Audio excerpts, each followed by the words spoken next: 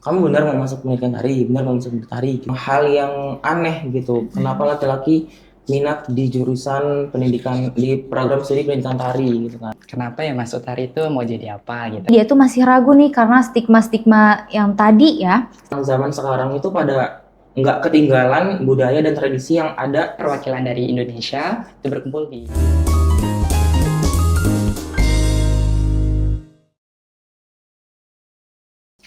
Halo Sobat Talks, kalau mendengar program studi pendidikan tari, apa sih yang terbenak di pikiran kalian? Mungkin aja kalian terbayang belajar menari aja ataupun tampil di depan panggung. Tetapi program studi pendidikan tari memiliki cakupan yang lebih luas, mulai dari pendidikan, kreativitas, dan juga pelestarian budayanya. So, untuk mengenal lebih lanjut tentang program studi pendidikan tari, di sini Utok sedang ketemu dengan narasumber yang begitu luar biasa, yaitu Kak Gading dan juga Kak Dimas. Dan Kak Gading dan juga Kak Dimas ini merupakan salah satu mahasiswa program studi pendidikan tari ya yang begitu luar biasa kerennya. Jadi di sini kita bakal berbincang-bincang lebih lanjut tentang program studi pendidikan tari. So, boleh Sobat Utot kita kenalan dulu lebih lanjut dengan narasumber kita. Boleh dimulai dari Kak Gading dulu.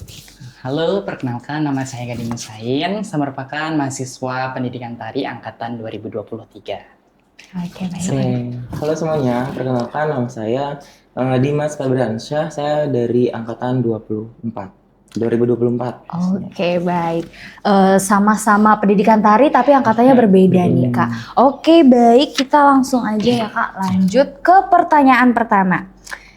Dimana kalau misal kakak kan milih program studi pendidikan tari, kalau boleh kembali ke awal perjalanan kuliah, apa sih yang membuat kakak memilih pendidikan tari di Universitas Lampung? Dan bagaimana respon orang-orang di sekitar saat pertama kali mengetahui pilihan tersebut? Oke, Coba dulu nih. dimulai dari Kak Gading dulu boleh ya? Dari kakak dulu deh ya. Oke, jadi pertama kali saya memilih program studi itu sebenarnya pilihan pertama itu di UPI Kak. Di UPI tentang pendidikan seni tari, dan yang kedua itu di Universitas Lampung yaitu pendidikan tari.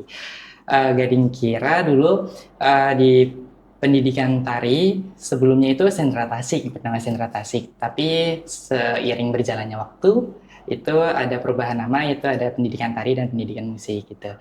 Terus melatar belakangi Gading memilih pendidikan tari itu karena hobi gitu Kak. Hobi dari SMK gitu.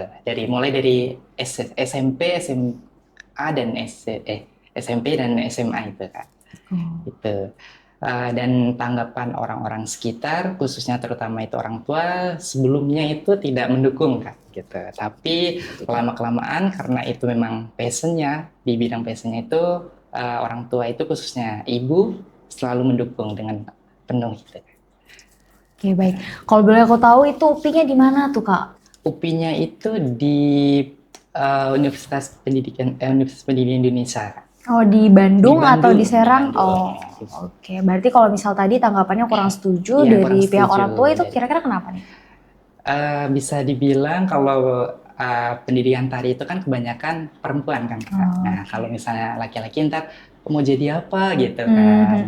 Ternyata kalau ditelisik lebih lanjut itu kalau anak laki di pendidikan tari itu emang jarang, dan peluangnya itu lebih besar itu Kak untuk masuk ke pegawai negeri sipil misalnya Kak. Dan sebagai koreografer dan pencinta budaya gitu Kak. Sobat Talks bener-bener yang luar biasa banget ya. Dari Kak Gading aja udah begitu luar biasa. So kita tunggu dari Kak Dimas juga. Bagaimana untuk Kak Dimas? Kalau dari saya sendiri, awal mulanya saya memilih di pendidikan tari Unila ini, itu saya coba iseng-iseng SNBP sih Kak sebenarnya. SNBP. Oke. Di pilihan pertama saya itu SNBP-nya di ISI Yogyakarta. ISI Jogja. Karena saya minat banget di seni tari itu, ya saya pengen menjadi pencipta tari gitu Kak sebenarnya. Tapi berhubung orang tua saya tuh bilang pencipta tari itu ngapain katanya gitu kan. Terus ya udah berpikir lagi, ngambil di jurusan pilihan kedua itu di jurusan pendidikan dan seni di pendidikan tari Universitas Lampung. Nah, dan alhamdulillahnya saya keterima di Unila ini Kak. Gitu. Terus orang tua saya mikir lagi, kata dia, nah ini salah satu respon dan tanggapan dari orang tua saya. Kata dia, kamu yakin mau masuk di pendidikan tari gitu kan? Terus aku mencoba untuk meyakinkan lah orang tua saya gitu. Terus tanggapan-tanggapan dari orang-orang di sekitar saya juga, kamu benar mau masuk pendidikan tari, benar mau masuk pendidikan tari gitu. Jadi mereka ragu untuk apa ya, buat ngeyakinin aku buat lanjut di pendidikan tari gitu loh Kak. Tapi dari diri aku sendiri ya, aku emang niat di pendidikan tari karena dari SMP itu aku udah masuk di dunia seni gitu loh Kak. Istilahnya kalau udah nyebur ya sekalian basah gitu ya kan. Nah terus faktanya orang tua aku tuh lebih eh, dukung aku masuk di teknik arsitek gitu. Oh, arsitektur. Iya, Di Unila juga? Iya, di Unila Oh. juga. Makanya orang tua aku bilang saya enggak kan gitu kan. Tapi jurusan yang aku pengen dari aku kecil itu adalah hukum. Jadi pas masuk SMA aku langsung ambil jurusan pendidikan tadi itu, makanya orang-orang di sekitar aku tuh lagi langsung pada heboh gitu kan, pada kaget gitu kan loh. Kamu dari SMP pengen, dari SD pengen jadi pengacara, malah SMA-nya malah jadi ngambil jurusan pendidikan tari gitu. Nah mungkin itu sih yang bikin aku buat milih di sini, karena aku di sekeliling aku ada orang-orang dari pendidikan tari juga, itu dari lulusan Unila, dari lulusan UPI, lulusan ISI. Nah, mereka juga memotivasi aku untuk masuk di pendidikan tari ini, pendidikan tari Unila ini khususnya gitu. Karena emang bener kata Kak Gading dulu, kalau sama gila Mas Gading ya di Polim. Nah, saya kalau kata Mas Gading dulu namanya Senderatasi, Senderatari Seni Drama Tari dan Musik. Nah, itu masih bergabung cewek dan cowok Kak.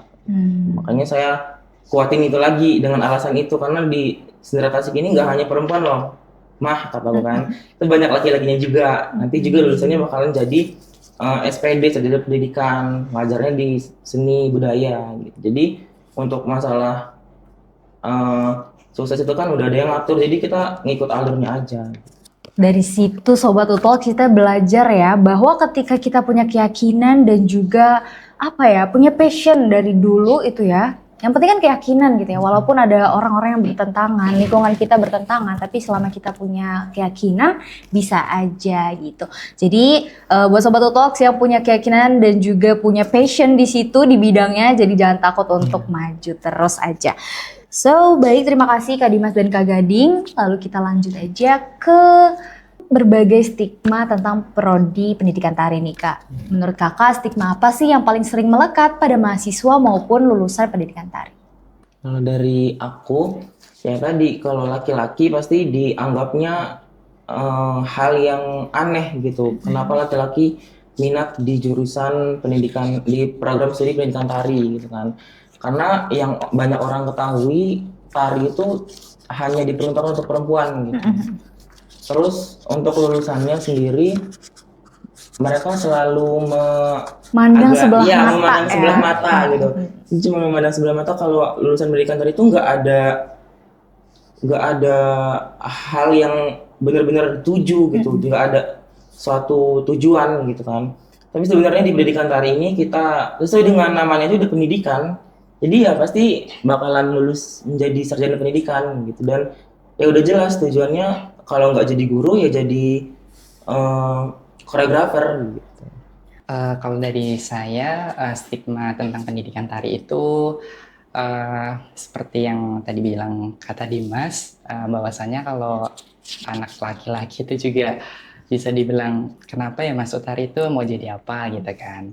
Terus ya dipandang sebelah mata. Habis itu tentunya kalau pendidikan tari itu sebenarnya dibutuhkan setiap sekolah gitu Kak. Itu harus dibutuhkan dan memang harus ada gitu Kak. Jadi ya jangan menyepelekan gitu Kak.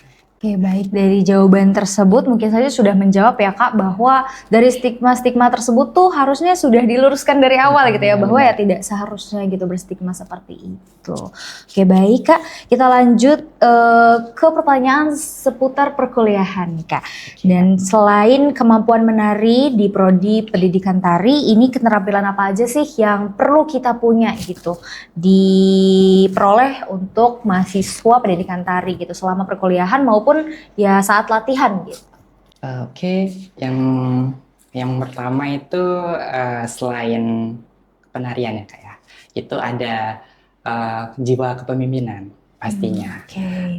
Jiwa kepemimpinan itu didapat ketika setiap mata kuliah itu akan dibagi kelompok kan Kak. Di situ belajar bagaimana caranya memimpin suatu kelompok kecil bahkan kelompok besar. Dan selain itu memanajemen event atau lebih tepatnya itu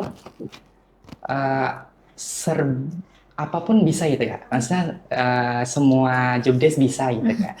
Dari mulai perlengkapan, mulai dari PDD dan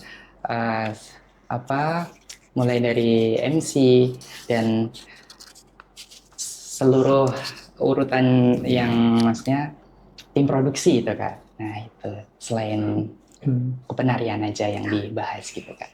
Oke. Ya, mungkin kalau di pendidikan tari ini kita tidak hanya memperoleh keterampilan menari aja ya Kak. Kita juga banyak belajar hal yang memang seharusnya itu orang-orang dapatkan di luar gitu. Tapi kalau di kampus Unila di pendidikan tari khususnya, ya tadi kita bisa belajar memanajemen suatu event, terus juga kita nggak hanya ada mata kuliah tari, tapi kita juga ada mata kuliah mata kuliah musik, tari dasar musik, lalu ada mata kuliah tata rias, ada mata kuliah tata busana, terus ada lagi yang namanya entrepreneur. Jadi nanti kita tuh tidak lulus itu tidak hanya menjadi atau bisa menari saja gitu, tapi kita ada bekal untuk kita keluar dari pendidikan tari ini. Untuk kita lulus dari pendidikan tari ini, kita ada bekal kalau kita bisa main musik, kita bisa belajar berusaha dari entrepreneur tadi, kita bisa belajar melukis, kita bisa jadi MUA. Bahkan lulusan-lulusan di pendidikan tari Unila itu banyak yang jadi MUA loh Kak, gitu. Terus kita bisa buka sanggar, manajemen suatu sanggar, manajemen suatu event. Bahkan lulusan pendidikan tari juga ada yang buka event organizer kayak wedding organizer dan lain sebagainya gitu. Jadi ya yang kita peroleh di pendidikan tari ini bukan cuma sekedar menari gitu. Banyak hal yang bisa kita dapat dan bisa kita pelajari. Bener-bener banyak banget ya. Jadi nggak cuma menari aja nih Sobat Utox, tapi juga kita juga diajarin banyak hal gitu ya. Dari tadi tuh outputnya bisa jadi WO, EO, habis itu juga MUA bahkan ya. Sekarang kan lagi viral banget ya di mana-mana MUA. Jadi benar-benar semuanya belajar gitu di pendidikan tari. So, selanjutnya di tengah perkembangan teknologi nih Kak dan budaya populer yang begitu cepat, bagaimana sih menurut Kakak peran pendidikan tari dalam melestarikan budaya di Indonesia? Jadi peran untuk mengikuti perkembangan zaman terkait pendidikan tari ya Kak ya. Itu dengan menciptakan sebuah karya Kak. Nah, karya contohnya itu karya kontemporer. Nah, di situ kami itu ada mata kuliah namanya koreografi non tradisi, di mana kami diminta untuk membuat sebuah karya namanya karya tari kontemporer, tapi bisa berlandaskan dari tradisi dan bisa berlandaskan dari kebiasaan itu Kak. Dari situ kami tetap membuat sebuah karya dan tetap untuk mengikuti perkembangan zaman gitu Kak. Jadi dari situ, dari mata kuliah tersebut kita bisa. Berarti tetap aja mengikuti perkembangan zaman juga ya? Tetap mengikuti perkembangan zaman, disesuaikan gitu Kak. Dari segi kostum dan segi musik gitu. Jadi tidak monoton, oh tradisional mulu ini gitu, tapi tetap berlandaskan tradisi gitu Kak. Jadi Kak Dimas? Nah itu benar sih, kita modern, teknologi dan budaya itu pasti nggak bisa terpisahkan gitu. Kalau ada perkembangan zaman, yang dulu jangan ditinggalkan. Nah itu PR buat kita sebagai pendidikan tari, khususnya nanti lulusan seni budaya. Nanti kita bakalan ngenalin budaya yang lampau itu dengan cara modern gitu. Bagaimana anak-anak zaman sekarang itu bisa paham dan ngerti kalau kita tuh ada budaya dan tradisi ini loh. Ya, Gitu. Nah, dengan cara ya tadi membuat suatu karya misalnya, tapi nggak merubah esensi dari budaya yang kita ambil gitu. Misalkan Mas Gading nih, koreografer dari Kemplora, itu pembuatan kemplang. Kan banyak orang yang nggak tahu kan gimana sih cara membuat kemplang, gimana sih cara proses pembuatan dan pengolahan kemplang itu. Nah, dari koreografi ini kita bisa tahu, oh ternyata pembuatan kemplang itu yang awalnya itu pakai ikan, terus pakai tepung. Nah, jadi kita tahu bagaimana cara mengukusnya, bagaimana cara ininya. Nah, itu suatu tradisi, karena tradisi kan adalah suatu kebiasaan ya Kak, tradisi. Nah, jadi orang-orang tuh bisa tahu, oh ternyata kayak gini ya proses pembuatan kemplang gitu. Bahkan kami dan saya sedang mengampu mata kuliah koreografi tradisi, di mana itu kami diwajibkan untuk membawa tradisi dari daerah setempat, misalkan dari Lampung Barat, Lampung Selatan dan lain sebagainya. Tapi kita bagaimana mengkonsep itu sebagai sebuah tarian gitu. Nah, itu kita nggak boleh asalan gitu. Maksudnya ya kita harus nyampein apa yang kita mau, nyampein apa yang kita dapat dari hasil wawancara. Nah, itu nyampein ke penonton. Jadi penonton bisa tahu, oh ternyata di daerah ini tuh ada ya prosesi ini misalkan. Oh ternyata di daerah ini tuh ada ya adat ini misalkan. Jadi orang-orang zaman sekarang itu pada nggak ketinggalan budaya dan tradisi yang ada yang hampir hilang gitu Kak. Terus masalah teknologi, ya tadi kita sering kolaborasi dengan Humas Unila untuk menampilkan beberapa trailer di bumper, misalnya di bundaran aktif itu kan sering ada bumper-bumper kita karena. Jadi orang-orang tuh pada penasaran mungkin, ini ngapain ya kok mereka ada tari, ngapain ya kok mereka pakai siger misalkan, ngapain kok mereka nari-nari. Nah, mungkin itu menjadi daya tarik tersendiri untuk orang-orang luar gitu buat mengenal tradisi lebih lanjut. Gitu ya. Berarti setiap karya itu ada maknanya, tetap benar. maju tapi tidak meninggalkan yang meninggalkan lalu gitu. Salah satu, kita lanjut lagi ya Kak. Salah satu pertanyaan yang mungkin paling sering muncul nih ya Kak dari kalangan masyarakat, dari kita nih generasi Gen Z juga, lulusan pendidikan tari itu bisa kerja di mana aja sih Kak? Dan menurut Kakak bagaimana sih prospek dan juga peluang karir dari program studi pendidikan tari?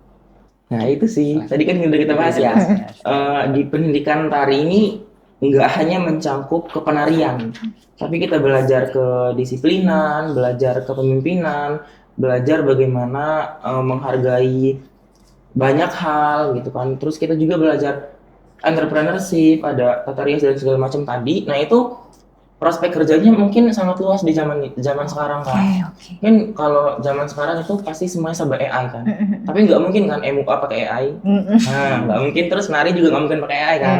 Nah, terus juga nggak mungkin memanage suatu acara itu menggunakan robot semua gitu. Pasti bakalan ada manusianya kan. Nah, itu bisa menjadi prospek kerja gitu. Dan bahkan kami pun kalau di waktu-waktu senggang misalkan Sabtu Minggu itu kami ngambil job misalkan sebagai official job penari atau make up gitu. Nah, itu sebagai tambahan jajan sih, tambahan jajan kita buat ini, karena kita aku pernah mengalami dan pernah mempelajari hal tersebut. Oke, berarti tadi udah sempat dimention ya, banyak banget ya guys ya untuk prospek kerja dari lulusan program studi pendidikan tari.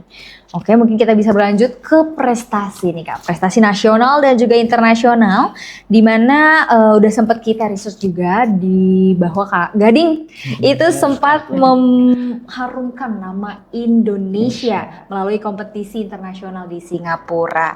Nah, bisa diceritakan gak sih Kak Gading tentang pengalamannya mengikuti kompetisi di Singapura tersebut dan juga bisa mengharumkan nama Indonesia dan mewakilkan Universitas Lampung tentunya.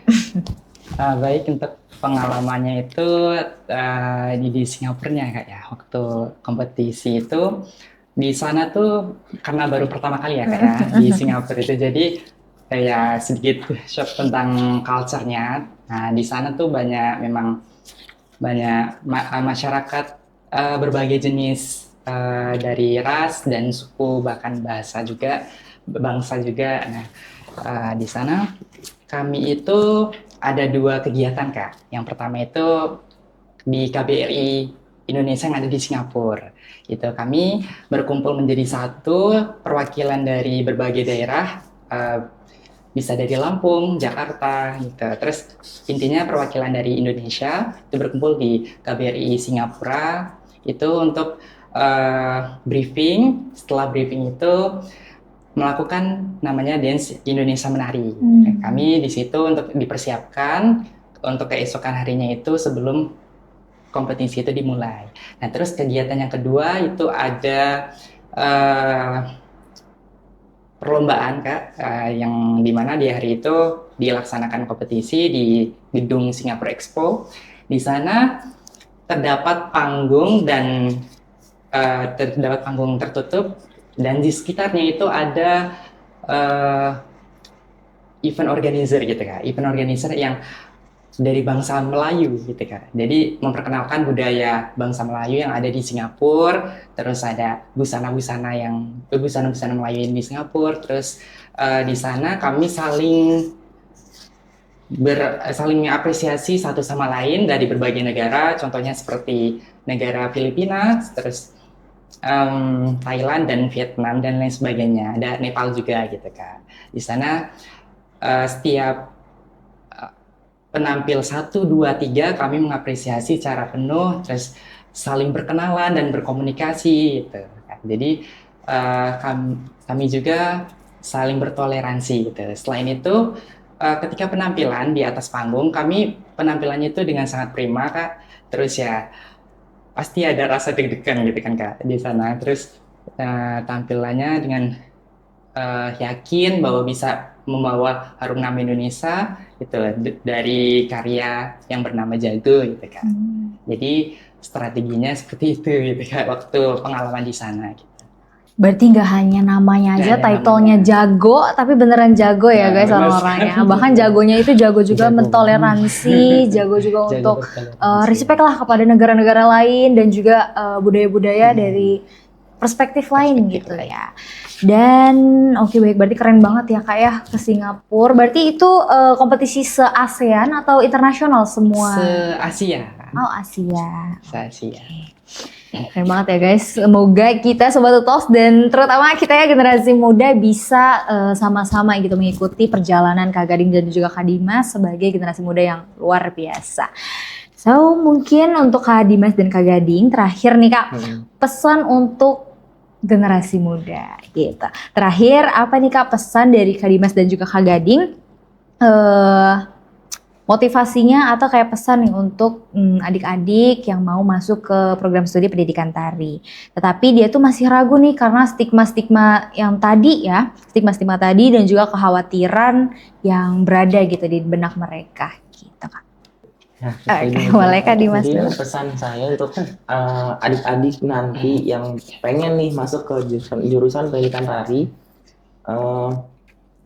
kalian jangan pusingin atau mikirin omongan dari orang lain. Intinya kalian kalau memang pengen di sini, yakinin diri kalian buat terus lanjut ke sini. Intinya tadi kalau udah nyebur, sekalian basah semua. Terus keluar udah kering.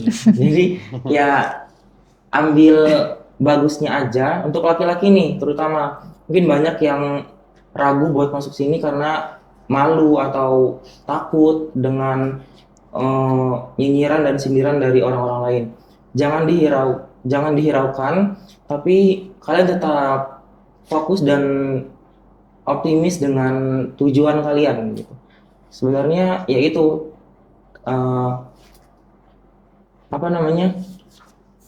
prinsip hidup saya. Kalau orang lain bisa beli helikopter, kita harus bisa beli helikopter 2. Jadi kalau orang lain bisa, kenapa kita enggak gitu kan? Betul. Nah itu, jadi kita harus ngelihat siapa dulu nih orang yang bisa menjadi motivasi kalian tuh sebelum masuk ke sini. Takutnya kalian ya ragu tadi itu. Oke, untuk saya, untuk calon-calon mahasiswa baru pendidikan tari yang mau masuk, untuk adik-adik sekalian, terutama yaitu yang pertama itu tentukan, sesuaikan dengan passion dan minat dan bakat itu. Jangan tergiur omongan-omongan orang lain, dan kembangkan hobi di dalam pendidikan tari ini. Jangan mikirkan kalau nanti waktu selesai kuliah itu mau jadi kemana, tapi bisa dikembangkan di dalam pendidikan tari di Unila ini, terus nanti baru arahnya mau kemana gitu. Intinya sesuai dengan passion, minat, dan bakat itu. Jangan berpaling dari situ gitu. Soalnya kalau misalnya kita kuliah di jurusan atau program studi sesuai dengan minat dan bakat itu, akan enjoy jalannya. Seperti itu, Kak. Oke, jadi syaratnya itu yakin, passion, dan minat Iya, ya. betul Jadi sekali. kayak nggak ragu nih, nggak juga berhenti di tengah jalan ya, nanti takutnya biar kata Kak Dimas dan Kak Gading ya, sekali basah sekali nyebur harus basah, nanti baru kering Iya. gitu. Oke, so Kak Dimas dan Kak Gading, aku ucapin terima kasih banyak sesi Utols kita, bincang-bincang kita yang begitu inspiratif dan juga luar biasa ya tadi sudah berakhir. Aku ucapin terima kasih banyak kepada Kak Gading dan Kak Dimas sekali lagi terhadap wawasan, pengalaman, dan juga cerita-ceritanya yang sudah dibagikan hari ini. Dan Sobat Utols, dari perbincangan hari ini, kita belajar bahwa pendidikan tari tidak hanya tentang menari, tetapi juga tentang kreativitas, pelestarian budaya, serta berbagai peluang dan juga prestasi nyata. So, terima kasih banyak kepada Sobu yang telah menyimak hingga akhir sesi Utols kita pada hari ini. Saya Putri Nurwati Adha dari Humas Unila pamit undur diri. Sampai jumpa di episode Utols berikutnya. Salam budaya dan salam prestasi.